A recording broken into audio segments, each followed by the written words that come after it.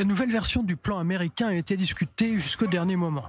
Donald Trump prend la parole pour décrire un projet qui inclut la fin de la guerre, la reconstruction de Gaza et une frontière sûre pour Israël. Ce plan s'inscrit dans une vision globale de la région, modestement nommée la paix éternelle au Moyen-Orient. Mais pour le moment, le plan en 20 points, soutenu par Washington, Jérusalem et de nombreuses capitales du monde arabo-musulman, garantit le démantèlement du Hamas comme force terroriste et politique et surtout le retour des otages. Si elle est acceptée par le Hamas, cette proposition prévoit la libération immédiate de tous les otages restants. En aucun cas, cela ne prendra plus de 72 heures. Les deux hommes ont montré une nouvelle fois un front uni, balayant les spéculations. Bibi, vous avez notre soutien total pour faire ce que vous devez faire. Tout le monde comprend que le résultat final doit être l'élimination des menaces et du danger dans la région et que ce danger est causé par le Hamas. Le président américain a montré le retrait graduel de Tsahal sur cette carte de Gaza présentée pendant la conférence de presse.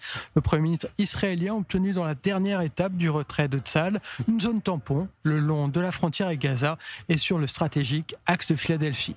Les négociations visant à obtenir l'accord de Jérusalem ont duré jusqu'au dernier moment. Je soutiens votre plan visant à mettre fin à la guerre à Gaza, qui permet d'atteindre nos objectifs militaires. Il permettra de ramener tous nos otages en Israël, de démanteler les capacités militaires du Hamas, de mettre fin à son pouvoir politique et à garantir que Gaza ne constituera plus jamais une menace pour Israël. L'organisation terroriste obtient selon l'accord la libération de nombreux détenus. Il serait 250 condamnés à perpétuité et 1700 autres détenus depuis le 7 octobre à sortir de prison. Les terroristes qui déposent les armes seraient amnistiés et pourraient se rendre en toute sécurité vers des pays tiers.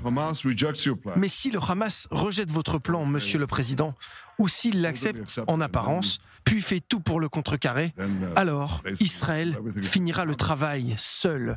Cela peut se faire de manière douce ou de manière forte, mais cela sera fait. Nous préférons la manière douce, mais cela doit être fait. Ce scénario dramatique dans lequel le Hamas n'accepte pas le plan a pour conséquence la conquête de la ville de Gaza par Tsahal. Il se déroulerait non seulement avec le soutien total des États-Unis, mais aussi un accord tacite des pays arabes et musulmans avec qui Donald Trump a travaillé sur le plan. Le locataire de la Maison-Blanche a délivré aujourd'hui un ultimatum à l'organisation terroriste. Ils ont 3, voire 4 jours pour donner leur réponse.